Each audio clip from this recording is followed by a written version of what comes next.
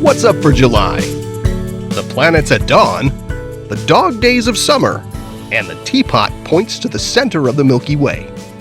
The planets Mars, Jupiter, and Saturn dominate morning skies in July. Venus is there as well, but appears low in the east, so you'll need a clear view toward the horizon to see it. The planets are spread out across the morning sky, accompanied by bright stars Capella, Aldebaran, and Fomalhaut. On the 20th, look for the half-full last quarter moon between Mars and Jupiter. And the following morning, you'll find the moon sitting right next to Mars. July is a time for sweltering hot weather here in the Northern Hemisphere, and you may have heard this time of year referred to as the dog days of summer. Well, that phrase actually dates back to ancient times and has to do with the brightest star in the sky, Sirius. At the peak of summer, the sun lies in the same part of the sky as Sirius, which the ancient Greeks and Romans associated with the dog-shaped constellation Canis Major, just as we do today. Sirius is its most prominent star, and it's sometimes called the dog star.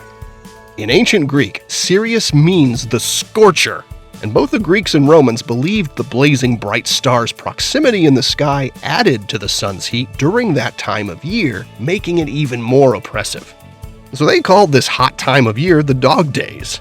Of course, today we know the only star close enough to affect our temperatures on Earth is the sun. And the heat we experience in July is the result of the northern hemisphere being tilted toward the sun. This yields longer days and more direct sunlight, and thus warmer weather. The situation is reversed in the southern hemisphere, where July is right in the middle of winter. Facing southward on July nights after sunset, you'll find a sky teeming with bright stars. Looking in that direction in the evening this time of year, you're facing the center of our galaxy, the Milky Way. And there are quite a number of bright stars in that part of the sky, particularly in the constellations Scorpius and Sagittarius.